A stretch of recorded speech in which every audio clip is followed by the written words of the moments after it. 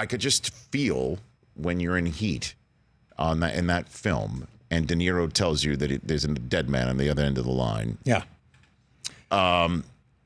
Do you even just hearing that or knowing that it's De Niro delivering that line actually have a sense of fear, William? Does that happen in acting? Well, you know what I remember? I remember that when we did that part of the scene, yes, I was in New York, and they said, we're going to call you about 3 o'clock in the morning, and the phone will ring. Stay off the phone. I said, don't worry about it. It's 3 o'clock in the morning. The phone's going to ring. It's De Niro, and we're going to record the scene. So, of course, I get it, and De Niro's like, there's a dead on the other end of this line. Right. And I'm sitting there thinking, it's one of my first movies. Hey, man, that's De Niro. It's on the other. He's telling me I'm going to die. I'm fine with that. I think I said to him on the phone in between takes, how you doing, Mr. De Niro? Yeah, good. And I was like, okay, all right. And Michael Mann, how many times did he make you do it? Oh, I don't know if you're mentioning that because of some other thing you heard. Yes. But I remember it was first day of photography. So you get a 7 a.m. call. You figure you're going to go till 7, 8 o'clock at night. Yes. And they go the next day. First day of photography, 3 o'clock in the morning. Come on. Day one, I'm standing there. I walked over to Michael Mann, and I said, Mr. Mann. He goes, call me Michael. I said, Michael, is there anything else you want me to try? And he said, no, why? I said, because we're on take 26, and I just didn't know if you wanted me to try something else. He said, no, I got it on the first couple. Let's go again. And it's like one of my first films. I'm thinking, I don't know what I'm doing right or wrong here, but just go with the flow. Let's put up the photograph from Longest Yard remake here.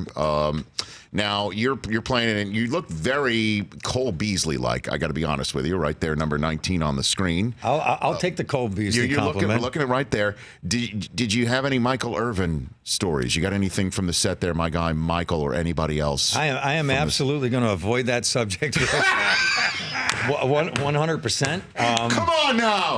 But I will tell you this much. Sean Salisbury was there, and he was like our coach trainer. Yeah. And for the quarterbacks, and my shoulder hurt for 2 years after that film. Come on now. Oh, yeah. I mean, at the time when we shot Longest Yard, I had to have been in mid-late 40s. Okay. So, there's a reason why guys aren't throwing the ball mid-late 40s, Brady aside. Yes. But not being a quarterback ever before in my life, and that arm throwing motion and that. Okay. That was tough. So interesting. You could tell Salisbury stories, but not Michael Irvin stories, William, huh? Michael who? Who are you talking about? Didn't he play for the Cowboys? He did. Oh, now No. I see. What a gentleman. Okay. No, it's not that. It's not that. It's just, It's not a Cowboy thing.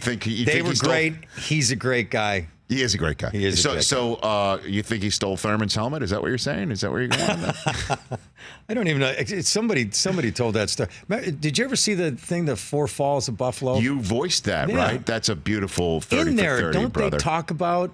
I think they addressed the helmet thing. That is a great. I mean, if I'm not mistaken, Luke Russert was the one who put that together. And that is an excellent 30 for 30. Well, it's and you narrated that. It pays real homage to the city of Buffalo, and so I'll never forget that scene in there when they did the parade after losing the first Super Bowl, and they're on the steps of City Hall, and the crowd starts chanting for Scott Norwood to come up.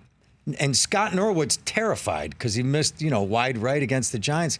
But the crowd wants to see him in this is late January, early February. It's 20 degrees outside, and they're cheering his name to get up to the mic. All the Bills in the background and Marv Levy are all in tears. And Buffalo is just going, don't worry about it, man. We'll get him next year. That's Buffalo. For more of The Rich Eisen Show, tune to Audience Channel 239 on DirecTV for free on BR Live or download The Rich Eisen Show app.